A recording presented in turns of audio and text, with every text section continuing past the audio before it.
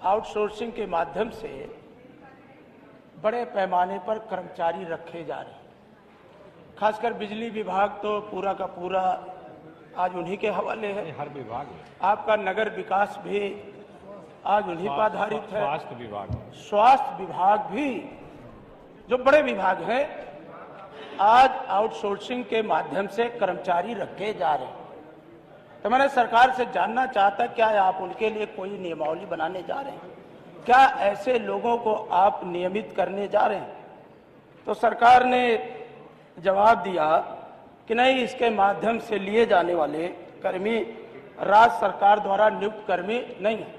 तो मैं जानना चाहता हूँ, जब आप सब कुछ पहली बार कर रहे हैं तो आखिर इतने बड़े पैमाने पर जब इतने बड़े बड़े विभाग हैं और आप सरकारी खजाने से पैसा दे, आप इनको पैसा भी देते हैं, तो आखिर सरकार की क्या मजबूरी है कि बेरोजगारों को दर दर भटकना भी पड़ रहा है, उन्हें ठोकरें भी खानी पड़ रही है, और जो उन्हें ट्रेंड होने के बावजूद भी जो कम वेतन मिलता है आउटसोर्सिंग कर्मी, उस पे भी आप कंपनियों को बैठा दिए, एक नया सामंत पैदा कर दिए जो उनके ऊपर कमीशन लेने का काम करता है। आपकी सरकार तो विद्वता से भरीपूर्ण सरकार है। कौन आपको राय दे रहा है? क्यों ऐसा हो रहा है? समझ से हम सबके परे है। एक तरफ तो आप जो हमें आरक्षण की व्यवस्था दी गई है भारत के संविधान के द्वारा, ये सर्विस प्रोवाइडर कंपनियां उसका पालन भी नहीं करती, और जब आप लेन देन से दूसरी कंपनी को माननीय अध्यक्ष जी मिल जाता है काम, तो वो हमारा जो कार्यरत कर्मी है उसको आप बड़े बेरहमी से बाहर भी कर देते हैं। तो आखिर जब सरकारी खजाने से पैसा दे रहे हैं तो आखिर इस तरह का माहौल आप क्यों बनाए पड़े हैं? और कमीशन भी ले रहे हैं उनके ऊपर। डॉक्टर लोहिया कहते थे कि इंसान होकर इंसान पर इस तरह का टैक्स, ये पहली बार उत्तर प्रदेश में देखने को मिल रहा है। और इतने योग्य मंत्री के रहते कम से कम आप संविदा तो करा देते। बिजली मंत्री जी, नगर विकास मंत्री जी संविदा के द्वारा नियुक्ति करा देते। स्वास्थ्य मंत्री तो उप मुख्यमंत्री हैं, वो भी अगर संविदा के माध्यम से करा देते। आप बहुत अच्छे प्रश्न। तो मैं आपसे जानना चाहता हूं कि क्या आप इनका वेतन बढ़ाने का काम करेंगे? क्या इन्हें सुविधाएं देने का काम करेंगे? क्या आप इन्हें नियमित करने के लिए सरकार गंभीरता पूर्वक विचार करेगी? ये मेरे 2-3 प्रश्न हैं। मैं इससे सरकार से स्पष्ट उत्तर उम्मीद चाहता हूँ। इस संविधान में यह व्यवस्था है कि व्यक्ति काम के बदले में वेतन पाए और समान काम के बदले में समान वेतन पाए। लेकिन दुर्भाग्यपूर्ण है, इस देश में जनप्रतिनिधियों के साथ ही दोहरा आचरण किया जा रहा है। राष्ट्रपति महोदय, उपराष्ट्रपति महोदय,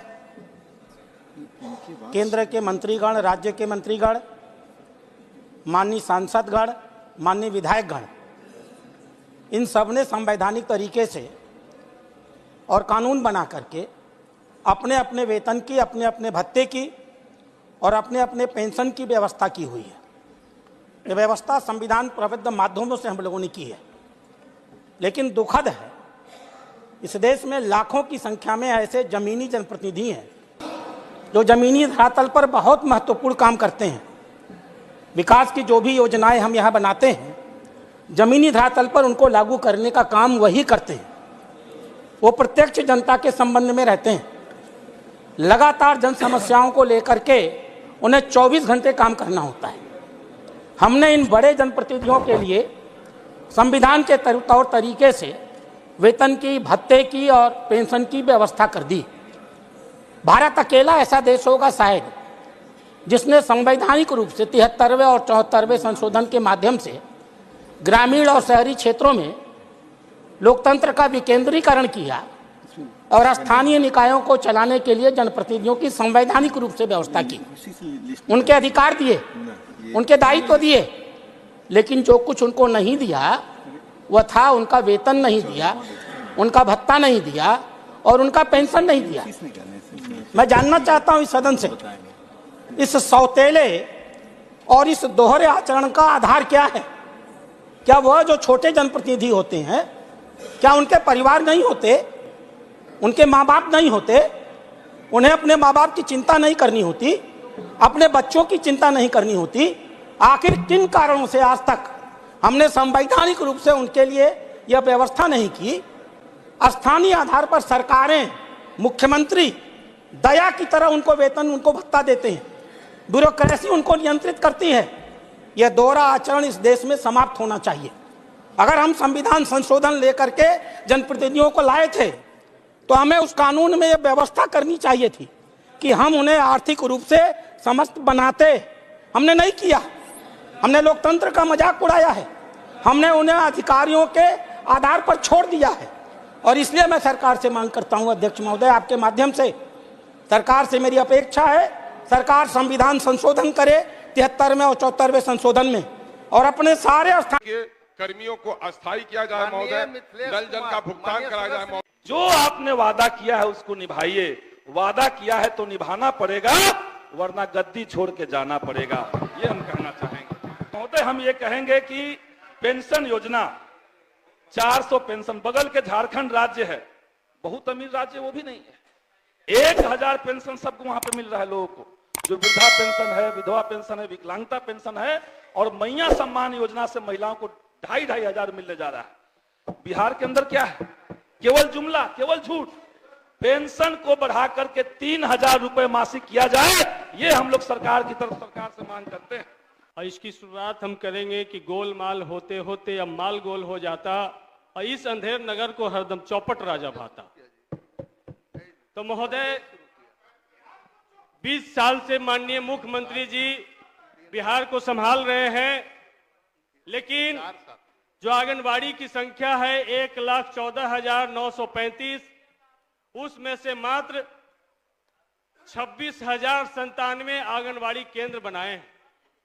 80,000 आंगनबाड़ी केंद्र आज भी किराए के मकान में चल रहे हैं महोदय। ये बड़ा ही शर्म की बात है कि 20 साल में मात्र 26,000 आंगनबाड़ी केंद्र बना पाए। और डबल इंजन की सरकार की बात करते हैं। ये डबल इंजन की सरकार, ये डबल ट्रबल की सरकार है महोदय।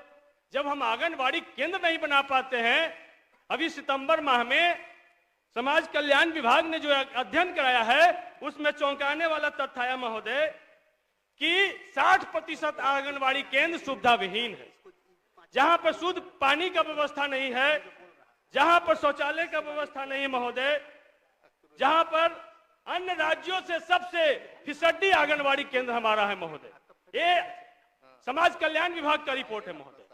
दूसरा, समाज कल्याण विभाग सितंबर माह का जो पोषक माह कहलाता है, उस माह में एक रिपोर्ट सबसे ज्यादा चौंकाने वाला है कि 41% 0 से 6 साल के बच्चे बौनापन के शिकार हो रहे हैं। ये मुख्यमंत्री जी बिहार को बौना बनाने में लगे हैं। ये साफ साफ आंकड़ा बताता है महोदय। तो कैसा सामाजिक कल्याण करना चाहते हैं महोदय? ये तो हम लोग समय समय पर देखते ही रहते हैं कि विधायिका और कार्यपालिका में किस तरीके का टकराहट होता है महोदय, कि माननीय मंत्री जी को भी राजधानी छोड़ करके अपने गृह जिला में चला जाना होता महोदय।